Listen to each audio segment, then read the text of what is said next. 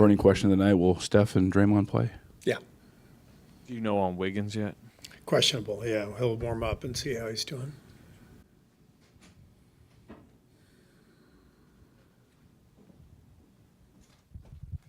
Steve, Buddy, first 13 games of the season was shooting darn near 50%. Last week or so, week and a half or so, the numbers have dropped. Are teams doing a better job defending him, or what are you seeing on that end? I think this is just part of the season, especially for a shooter. You just go through stretches where, you're in rhythm, shooting with confidence. Then it can leave you for a little bit. But the thing with guys like Buddy who have proven it over a long stretch is you just count on the fact that they know what they're doing and they're going to get their rhythm back. And so I know he will. Steve, just what kind of sticks out about your time with Donte DiVincenzo and kind of what he brought and what you learned about him as a player and in the time he was here? I loved coaching Donte. Great energy. He became a fan favorite right away. Just the way he plays, he's all over the place. Defensively, flying around. He plays so hard, and fans appreciate that. Coaches appreciate that. He was a huge help for us, and we got him at a discount. The whole idea was, hey, come here and you get a chance to play and increase your value, and it all happened exactly that way. So I'm always very pleased as a coach when guys are rewarded for their faith and coming here and helping their careers. So it worked out really well for everybody. Coach, you had Ant the last 2 summers in kind of different situations for Ant. It was kind of his team. He took leadership role on the first time, and then with the veterans last summer. What progression did you see and adjustments he made in that situation? I just saw him working with Kevin Durant and LeBron and Steph, every day after practice. Bam was in those groups as well.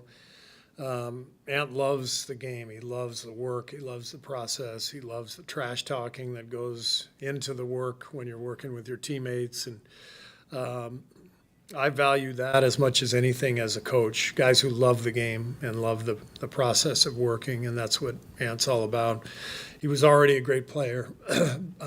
So I think more than anything, for him to just be on that stage with some of the greatest players of all time and to get to know them and see them working behind the scenes, I know that was a valuable experience for him because it was a valuable experience for me too.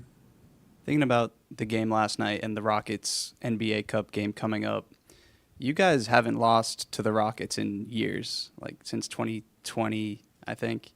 The players obviously changed, but what kind of mental edge could that have? Yeah, it's weird. We haven't beaten Denver in 8 tries, and what's the streak against Houston? 15. Sometimes the NBA is funny like that. It doesn't feel like we have. To me, it doesn't feel like we've dominated Houston or been dominated by Denver. That we've played tons of close games against both teams, but.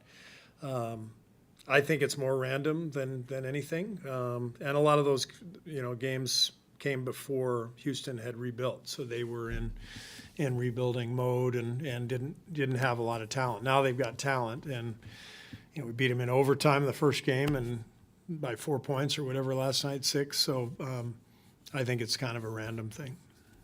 Steve, you said something post game last night about continuity and chemistry, closing out games and down the stretch. To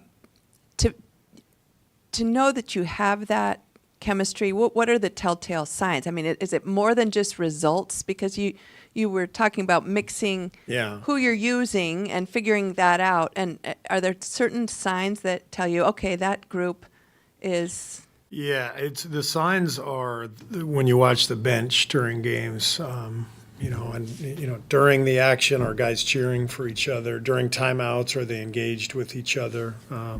You can really see it if you pay attention to it. This team is very well connected. There's really good internal leadership. The vets we've brought in have been crucial in that regard. Kyle and Buddy and Melt. These guys, they've been through the ringer, and so they've been hugely helpful for our younger guys. And as we play so many people, that leaves a lot of people kind of vulnerable to disappointment, if with not playing as much as they'd like. And so when you see guys on the bench kind of communicating and sticking together, that's the sign that there's good chemistry. Steve, are you going to give us your lineup tonight? No, I wasn't feeling unanimous today. So Another question behind that then is how do you decide how to play Brandon, given he's been starting and also he's sort of been the leader of the second unit? I mean, with Draymond coming back, with Kyle kind of filling some of those minutes as a playmaker, how do you decide how to parse those minutes out? Brandon's minutes. Well, he'll play the non-Steph minutes for sure. He's our backup point guard, and we like him with Steph because he's really good connecting the game for Steph. So he's going to play a lot of minutes. He's a crucial player for us, and a damn good one. I thought he was one of the keys to the game last night. And I don't care whether his shot goes in. Obviously, I'd prefer it goes in, but I don't care if it does in terms of how much I'm going to play him because of everything else he does. He's going to play a lot regardless. Seemed like, offense was the main issue tonight. Particularly, I think you had 3 really long scoring droughts. What was the problem? So, besides just their defense. Yeah, we couldn't get organized. We played a pretty good first quarter offensively, scored 31 points, and we just were out of position over and over again, which led to us having to go one-on-one against a great defensive team, best in the league a year ago, and obviously they've held the Lakers and Clippers to 80 the past 2 games, so they're finding their way defensively. So we have to execute better. It's simple as that. 22 turnovers. Not going to cut it. And if we went through, and looked at them, which I will obviously tonight, I don't think that many of them were forced. I think that most of them were poor spacing, which led to difficult, one-on-one situations for our guys. So the spacing's got to get better.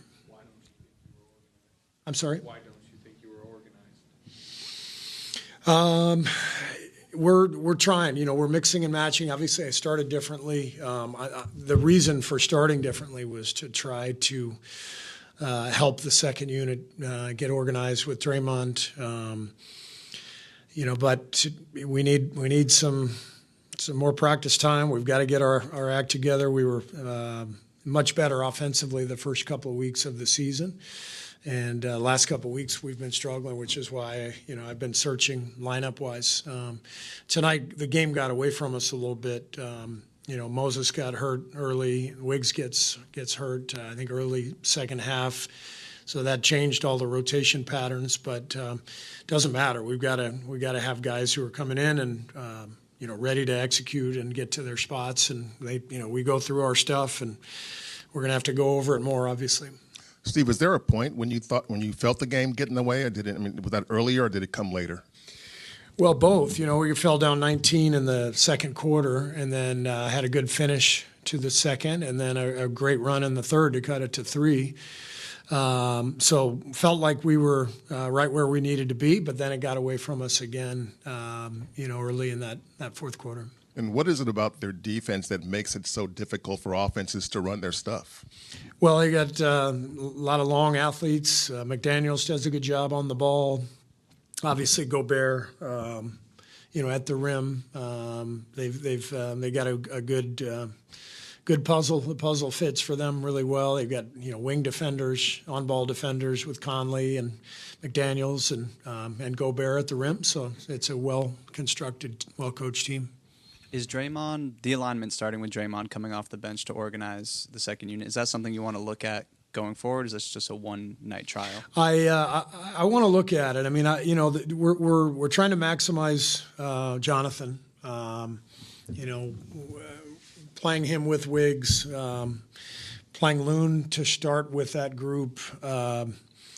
Means that Draymond doesn't have to guard the opposing center right from the get-go, which I think is important. Then we can, close with Draymond at the 5. So in theory, I like what it looks like, but we have to play better and we have to make better decisions. Is there any early indication with Wiggs and Moses? I don't know anything. Yeah. What have you noticed from Steph in just the 3 games he's played since the diagnosis has been made public? With what? With Steph, the 3 games he's played since the diagnosis, it came out. What have you just noticed about his game? Well, he wasn't in top form tonight, obviously, but I thought he was great. In Denver and looked good, physically looked good, and so this is all part of it. I mean, especially as you get older, there's going to be bumps and bruises, and some nights you feel better than others and all that stuff. But Steph will be fine.